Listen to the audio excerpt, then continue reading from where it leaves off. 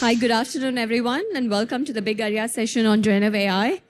We're almost halfway through the show. I certainly have still some my energy, and I hope you all do as well. And by way of introductions, my name is Kritika Ganesamurthy.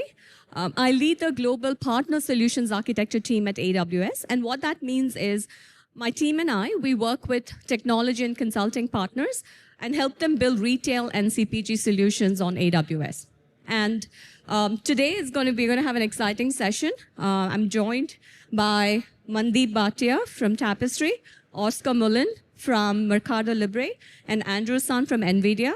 And we're going to be talking about how they've been leveraging generative AI to improve employee productivity and also just across the business. And I think you all will agree with me that when I say that generative AI has been one of the most transformative forces in technology we see today. I mean, just think about it. 2 years ago, if you all remember, we were in NRF and we were like, hey, what is generative AI? What are foundation models, right? So these were some of the questions that we were asking ourselves because we're so used to AI, machine learning, deep learning, and then comes generative AI and foundational models, and we're like, what is it? So 2023 was just more about, when we look at our customers, it was more about understanding what generative AI means and what does it mean for their business. And in 2024, what we've seen is it's actually been the year of production for some of our customers because they started to figure out, okay, now I understand what that is. I've done some POCs. Now let me go deeper, get into production, and start seeing value out of what generative AI is.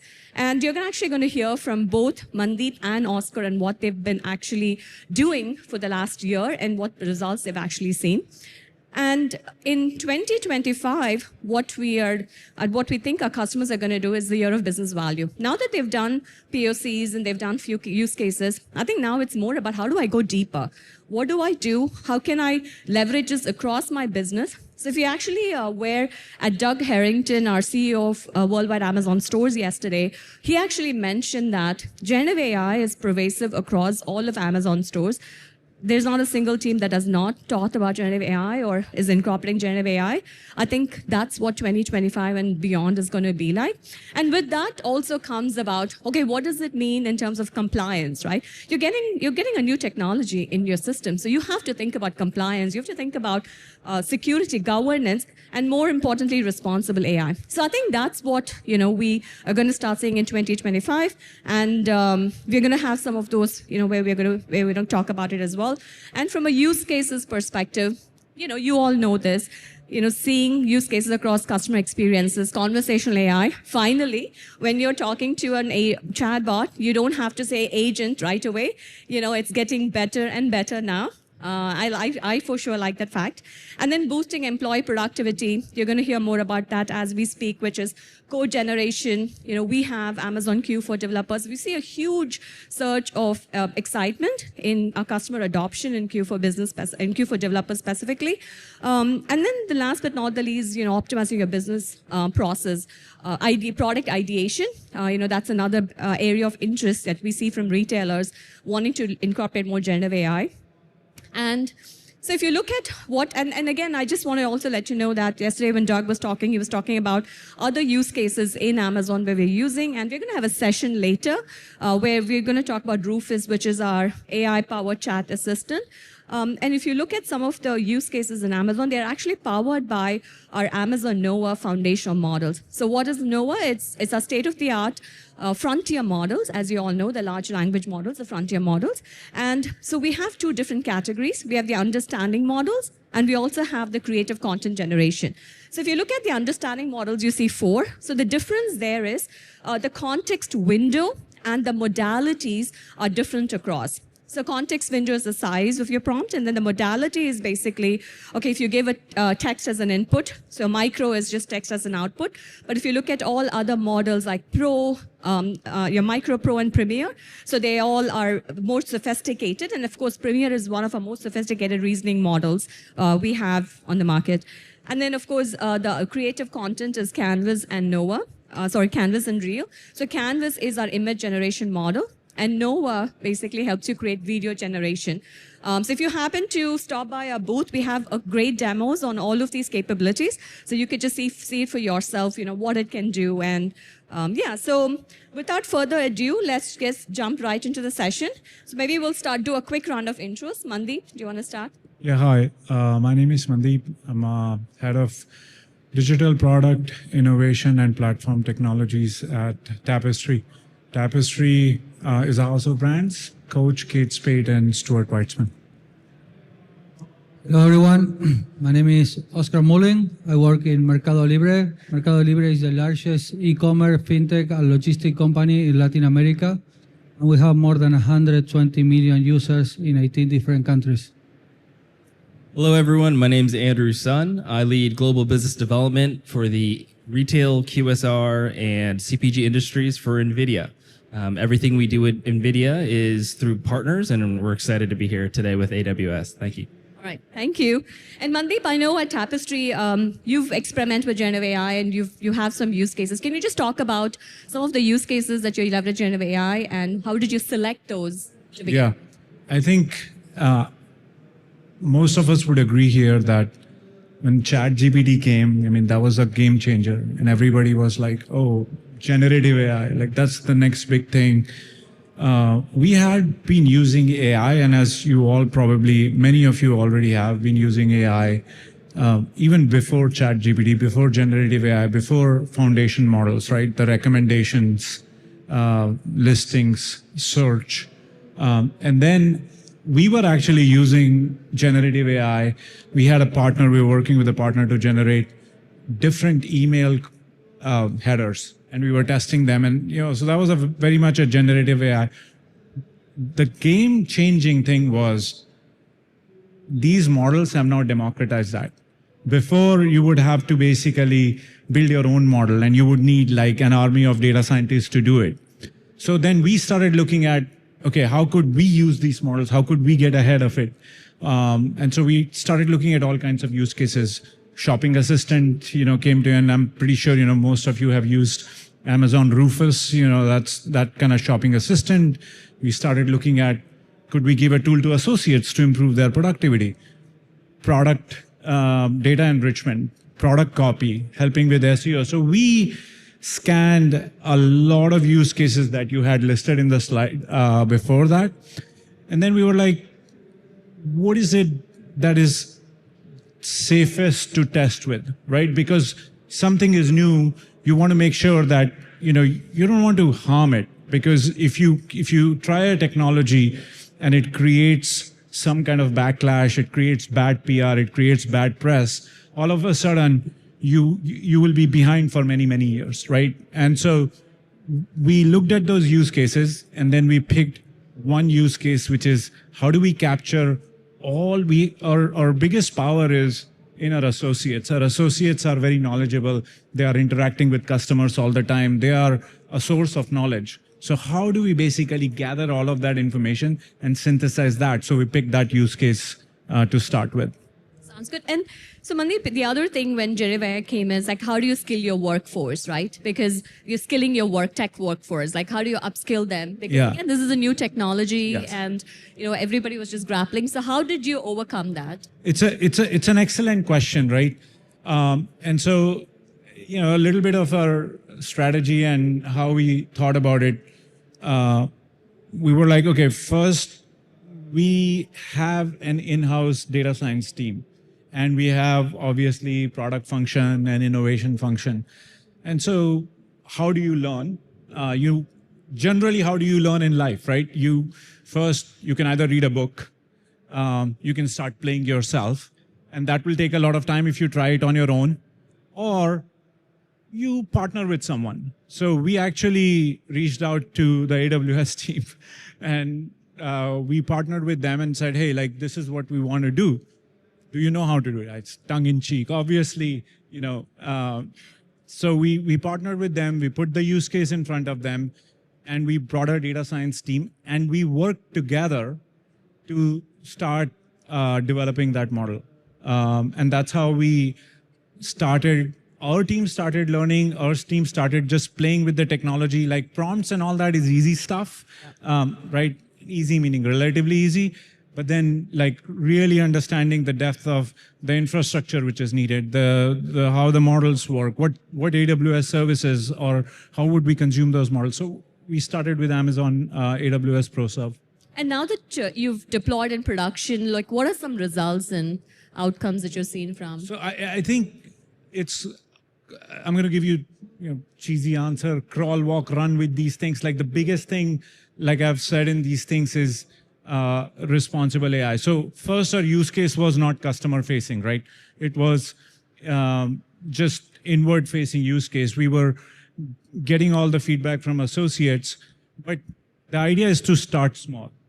So obviously we were, I'm taking the steps out from how you basically come up with a hypothesis, and we standard product management process, right? And if you don't know that, go hire some product managers or learn about that. So what is the hypothesis? What is the business value? We got alignment on that, and then after that, we trained the model, and after that, we started with, we enrolled enthusiasts, right? 1 store, 2 stores, and people who would like to participate into it, right? And then we worked with them to train it, to then test it with a few people, with a few regional managers. And then we went and tested it in a couple of stores. And that's how we started doing it. And then once we had confidence, rolled it to 10 stores, 20 stores, and then all of our stores. And the results have been, fantastic. We get a decent amount of feedback. The absolute numbers won't make any sense, but I'll give you an anecdote, an example, which will tell you what kind of impact that can have. Usually when you get feedback, right, you get feedback in surveys or it sits in some tools. And then what do?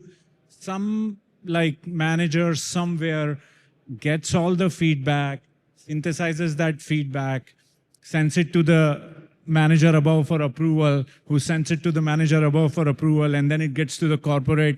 By the time from feedback to the time somebody gets the synthesis, and by the time you act on it, it can be 3 to 6 months, and the issue is irrelevant by then. So I'll give you a real example. So during holidays, we had rolled it out, and we were getting, a lot of associates started using it. They got enthused, and then they were like, the music is really bad in stores. And so it would synthesize that, and we actually then acted on that. And within 2 weeks, we were able to, based on that AI-generated summary of all the feedback, we saw that that was significant. And then we quickly were able to change the music. So I would say our associate engagement has gone up 10 to 15% because of that. That's awesome. I think all of us being in retail, we know how difficult it is, to get feedback direct from the stores, act on it. Not just stores, even from customer service. I think that's a great example of, how do you get and act on it sooner before it's too late. And Oscar, coming to you, I know you've done within Mercado Libre a variety of use cases across, right? Can you talk us about what you've done? Yes. So super interesting what you were mentioning. We went through similar things at Mercado Libre. We have a lot of Gen AI powered applications and agents running in production right now. I think that the most relevant one is the customer support that is actually taking care autonomously of a big percentage of our CX cases. One of the things we saw early on was that this kind of technology is something that we wanted all of our employees to be able to use, right? Like, we have a decent amount of engineers. We have 18,000 engineers, but we have 75,000 employees. So we wanted everyone to be able to create those things. And the key complexity lived in the technical details, like how do you do data pipelines, how you do retrieval augmented generation, what about context window, multimodality, all those kind of things are really technical and eventually complex for non-technical employees. So what we did, actually, we work on creating an agent creation platform that abstracts away all that complexity. So anyone can create an agent in our company just with plain English, writing some prompts. All that processing images, videos, doing RAG, doing evaluation, testing, rollout of the agent, and even understanding the output of the agent. Let's say I'm the agent and you complain because something arrived broken. So you start talking to me, I give you a solution after a discussion. So the agent is not just a chatbot, it's a chatbot plus backend solution. So everything that I, as the agent, talk with you and thought and reason through the whole process is stored as part of the context. So later on, we can use another agent or another LLM power solution to process all the reasoning, improve our CX process, but also improve the product that generated that the experience was not what was expected. So that kind of solution actually enable everyone in the company to create those kind of things. That's the massive scale. You said 18,000 developers, 75,000 employees. Yeah, 18,000 developers. Yeah, so. That's massive. And so this way, you're basically democratizing AI across the company. So you're making anybody, so they don't have to be a developer to be able to start leveraging the data and building applications on top of that. Exactly. One of the things we spent like 1 year building this, and we keep evolving it. And one of the things that we are really focusing is on simplicity, right? One of the things that I hear a lot is that writing prompts is easy. I don't agree, right? I mean, writing average prompts is easy. Writing good prompts is not that easy. So making sure that we have synthesized examples and things that people can actually use, copy, and work from is super important. And as part of that, the platform needs to be very slick so people can actually focus on iterating the prompts as many times as needed. So, because then you have all of these responsible AI issues and hallucinations and things that you actually want to keep under control, right? It's awesome. And so Andrew, coming to you, we've heard Mandeep and Oscar, of course, talk about different use cases and, of course, the platform. And you at NVIDIA, I'm sure you're talking to a lot of customers in retail. Can you talk us about what you're seeing from your interactions with retailers and how they're, adopting generative AI across the business? Yeah, so thanks, Krithika. First of all, congrats, guys. It's awesome to see retailers at different parts of the journey. Getting started, starting to learn, scaling agentic AI already is an amazing feat. We at NVIDIA do work with, all the leading retailers. And I would say at this point in the market, there's probably two kind of mega patterns as you're starting to go from POC to production. One is retailers are starting to ask themselves, how do I scale my token costs, right? AI is here to stay. I want to get more and more AI workloads to transform my business, to improve customer experience, to improve associate experience. But that means more tokens need to be generated, which increase my costs. And so that's where accelerated computing, GPUs plus software from NVIDIA that's available through the infrastructure of AWS can really help lower the marginal cost of doing AI. And it does so in a really dramatic fashion. So an example on the consumer side of the business is Amazon.com, right? Amazon.com uses NVIDIA software to reinvent and use generative AI for product listings and catalog enrichment so that sellers that onboard have a really simple experience putting their information into the catalog. And then that also improves product pages for customers that are shopping. This is a consumer experience, but it has resulted with our accelerated compute in 3 times speed up and 2x cost savings. So as more and more retailers are trying to move workloads and scale AI, they really need accelerated computing to help them lower that marginal cost so they can keep doing more. The other thing that I'll mention is that a lot of the head of retail is really starting to ask the question of who owns my intelligence? Right? Every brand exists because of the work that everyone that's ever worked at your company has put in. And that is the source of the intelligence, right? That's powering AI. And so while many companies have started and they use great models to get started, we love all the models in the market. They're obviously built with NVIDIA technology. There is an evolution where strategically companies are saying, parts of my catalog or part of my workflow or part of the knowledge of my employees, I'm okay with putting in a closed model. But it does leave my environment and it can be used by other people in my industry. So you're starting to see people actually bifurcate into more hybrid use cases where they're using managed services, but they're also taking advantage of open source models. Everything's being democratized, and you can basically access, the latest open source models and train it with your first party data and own your own IP. These are kind of important steps, both in terms of business cost as well as strategy that we're seeing in the market. So a lot of governance around the data, building applications, who owns, and yeah. Yeah, just being really thoughtful about, how to move, learn, and then apply and understand what is so sacred to your company, right? As you move into AI. And Andrew, you were talking about cost. Oscar, I'm interested in hearing your thoughts about, because you're the scale that you talked about, 18,000 developers, 75,000 employees, and you're democratizing AI. So I'm sure you're thinking about cost and infrastructure costs as you roll it out, right? So just talk us a little bit about how you're thinking about managing the costs. Yeah. So right now, the value that we get out of Gen AI is so high and the models evolve so fast that for many, the cost is not a concern right now. However, as you scale and grow, it quickly becomes a problem. So one of the things that is pretty complex is calculate how many tokens you need to process an image. I don't know if you analyze that, but it depends on whether it's HD or SD and so many other different things.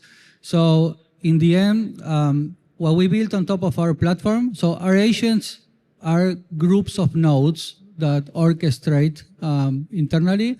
So with one line in the definition of the agent, you can specify each node which LLM should use. And in that way, if you have a consensus node that needs to understand the correct answer, you can use a frontier model with a lot of reasoning. However, if you need to translate something, probably you are good with a smaller model, so it's way, way cheaper. So that's one way. And the other way we are thinking about cost is we are investing in research in prompt translation. Like feeding one LLM with a prompt that was crafted and tested for a different LLM usually don't get you the same type of results or with the same quality.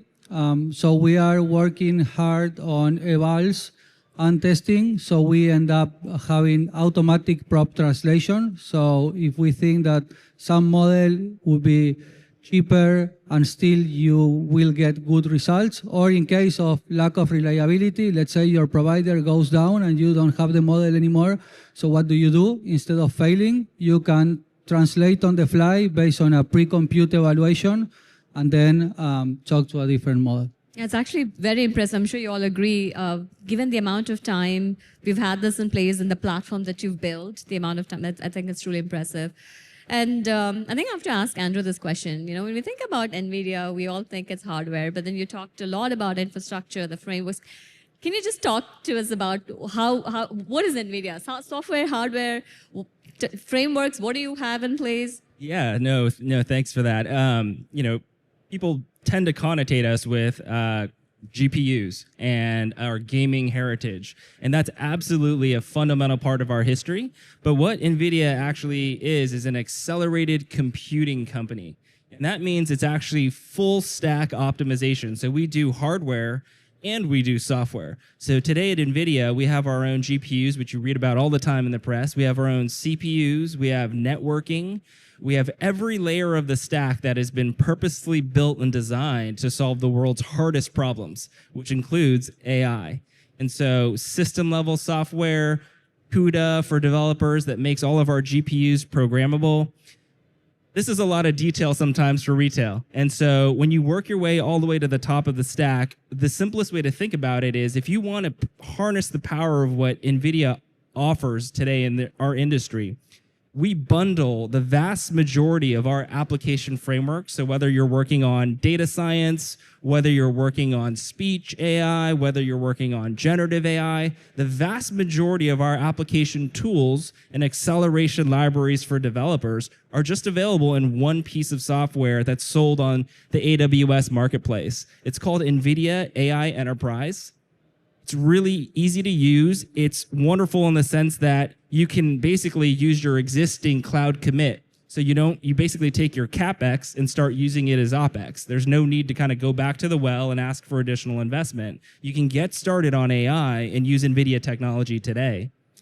One of the hallmarks of what we're offering in generative AI that I'll talk about today is a piece of software that I think is quite unique. It's called NIMS. NVIDIA NIMS stands for NeMo Inference Microservices, which is in tech talk, it's a very simple way. It's an API that you can point to, but underneath it's a container that has all the best of NVIDIA technology running underneath it. Why is this important? Well, in retail, most of retail, your developers are incredibly precious resources, right? It's a hard business to run. Everything's changing in terms of the assortment you need to find and get to your customers. And just staying on top of that is a Herculean task. You look at the pace of the market today when it comes to AI.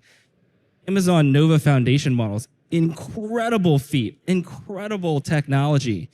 I feel like there are developers in retail that are like, I just was understanding what, OpenAI 4.0 was, and now Nova came out. And so it's a lot of proliferation happening very quickly. Well, NVIDIA NIMS are a piece of software where in that container, NVIDIA helps optimize and accelerate all the latest and greatest open source models for you. And so this allows developers to stay focused on just building great applications for your customers, for your associates. And then we take sort of the hard work out of that, given the fact that most of the AI community is all building on our hardware and our software. So we can constantly tune and accelerate and optimize, and we provide support. And all of that provides both performance and cost savings as you go down your AI journey. That's pretty great, yeah. And Mandeep, coming over to you, we've initially, when we talked about what is in 2025, the year where everybody wants to go deep, that also means thinking more about compliance, governance, and security and responsible AI. And you, in your introduction, you just spoke about what Tapestry is doing. So how are you thinking about responsible AI as you go deeper in 2025 and extend your use cases? So I just talk a little bit about what Andrew was talking about. I mean, unlike the people who actually use CUDA to develop, program their GPUs and stuff like that, I had no idea that NVIDIA was into software as well. So we were on a call and, doing prep for it. And I'm just wondering, I'm like, what is this guy doing here? Like, they're hardware. Now you know. Now the whole room knows. Everyone knows, yeah. Yeah, and so I think it's interesting to learn more about that world and what you can do. But talking about responsible AI a little bit, I think that is the most important aspect of it. Pretty much everyone, and if you want this to be adopted into your organization and for your customers, people do need to understand what responsible AI is. And it's not just the IT departments which need to understand it. It is the business people, the product managers, the marketing departments and finance, like whoever is using it, like they need to understand what that is. And so in a nutshell, if I was to say what is responsible AI, like there is the transparency aspect of it. Why is it summarizing or classifying it in a certain way? Accountable, like who is accountable for this? Hopefully it's not toxic. Like, I'm not going to name any names, but I mean, if you were following this field, there was a big company, a hyperscaler, and their model was generating images which was in a completely different, like somebody asked it to generate an image of first president of United States, and it would generate it in a completely different race, and it created a lot of problems, right? So safety, toxicity. Like you need to understand that it is generating content and you need to make sure it's not hallucinating. It is giving responses which are safe, secure. And so you need to learn about that. Initially, it's all manual for us, right? Starts from the training data, making sure that our training data has enough variety and stuff like that. Even before that, understanding what it is, then understanding what training data we are using, then understanding who is testing it, how are we validating it, and then now all the frameworks which are there like Amazon Bedrock and all of those, they are coming up with guardrails. So you need to figure out how to use those guardrails to make sure the output that is being produced, it is following those tenets basically. I think it's very, very critical because, again, our use cases span beyond not just internal, but external customer facing. I mean, just walk around and there's so many booths talking about, and when we in Amazon, if you just go to our AWS booth, we talk about content creation, marketing, email. So governance and responsible AI is going to play a huge factor in how we actually leverage generative AI across our use cases and, run a business. I think one thing to maybe jump in real quick is absolutely, you want to be thoughtful because your brand is ultimately what you're protecting. At the same time, the market is moving so quickly. And so, Mandeep, you talked about ChatGPT. I mean, ChatGPT, it hit 100 million users in 2 months, right? It's the fastest consumer application to hit 100 million users, faster than social media. So on one hand, you need governance. On the other hand, the reality is your employees, they're also consumers. They're using this stuff every day, right? So it's important to make sure you're making forward progress and pushing towards enabling what is effectively becoming a very new habit. Thank you. And, as we look into 2025, we've all talked about what you've done before and how you've done POCs, scaled, and thinking about the future. What is in store for 2025? I think I'm going to ask the three of you the question. So, Mandeep, let's start with you. Well, I mean, if there is one takeaway from all of this, I'll say that if you want to learn more about it, first go watch on YouTube the CES keynote by Jensen Huang.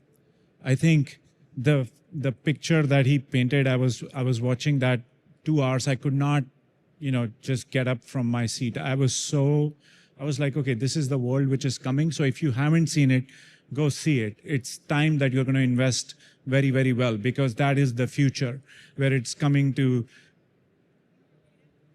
Yeah, it's the keynote from CES by Jensen Huang. And if you have not seen it, go see it. Like that 2 hours paints the picture of what the future is. That future may take 4 years, 5 years, but the AI is not a hype. We are using it. There are so many companies which are using it, right? And we are talking about generative AI and then tomorrow agentic, right? Where there are going to be agents who are going to think on your behalf. And then beyond that is physical AI. So that's one takeaway. Just go watch it and then you'll believe it, what is happening. And there are companies which are working on it. I promise I didn't promise to buy him dinner for saying that and plugging that. Yeah. So I was like blown away. So go watch it. That's one takeaway basically. Now my second thing is there isn't, and I've said this before, if you're not adopting this technology, you are leaving money on the table. So it's like saying, I do not like money. That's how it is. Like you should be asking people, like you don't like money, that because here is what's going to happen. There are two scenarios which are going to happen. Scenario number one is where the earnings are going to grow and you're going to get a lot of capex to play with this, right? And the second scenario is, and I'm not a futurist, I don't know what's going to happen, but the second scenario very much could be that, there could be a recession, right? Or the earnings may go down and stuff like that. And your CFO is going to wake up and the CFOs are going to say, I need 20% cost reduction. And this technology is going to can deliver both growth and can deliver cost efficiency both, right? I don't know. I mean, I think it was a real article where I read that Salesforce is saying they are not going to hire software developers anymore in 2025. Klarna is saying that they are saving a lot of money in customer service agents because now these agents can handle all of that stuff. So if we are not looking at this, you have your head in the sand basically. So I hope I'm not offending anyone. So just go see it. Number one. Number two, I think just start playing, just like what we did. And like I have a mandate for my team that they need to learn how to use AI to do things faster, 10% faster, 15% faster. And we are incentivizing simple incentives, right? Simple recognitions, but figure out ways how to use AI to do your job better. And so get familiar with it. And I will say this, it's not scary. Prompts are going to be easier. You know why? Because the models are going to get smarter. So you don't need special skills. Yes, a little bit here and there, but you can learn those in a few days. And don't let anybody dissuade you from that. Learn that, play with that. The more you play with that, the better you will get at that. That's my takeaways from this. I love the fact that, don't leave money. So it's a good advice.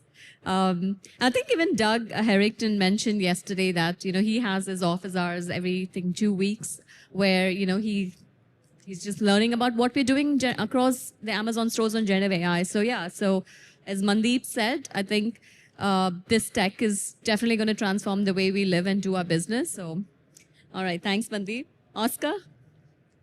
Well, I think upskilling the workforce is very important. Many of the things Mandeep was mentioning. I also think that fine-tuning is going to keep playing a more and more important role every time.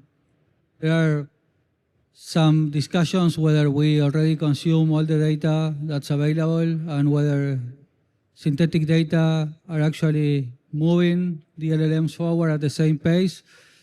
But many of you, like us, have a lot of data of your products, of your listings, of your customers. So you can actually make a significant difference by fine-tuning the models, not only in terms of cost, but also in terms of accuracy, recall, and all that stuff. So I think that's something that's coming. Also, we particularly are working a lot on multimodality, and we're doing interesting research on video. We are actually doing some proof of concept with Amazon Reel, and we are getting interesting results. So I think that something that's going to happen in 2025, 2026 is that Gen AI is going to be in much more places of our daily lives, not just chatbots. So I think it's important that we all let that message get to our companies, to our C-levels, to our employees, so we are all on the same page and we can move the boat in the right direction. I think, as you both said, just the workforce and the changes, I think it's just going to change the way we do our business more efficiently, right? I mean, I think that's the fundamental truth that with all these technologies. And one thing I forgot to mention, and I think it's important as it applies to many of us, I think robotics is something that is definitely going to change significantly next year. So I think that's something, and the application of Gen AI on robotics.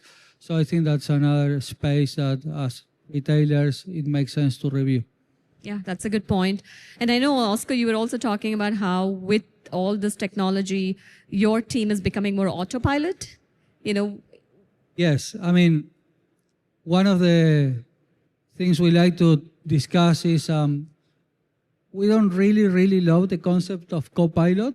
We like more the concept of autopilot. I mean, we the humans are still the pilots, like in a plane.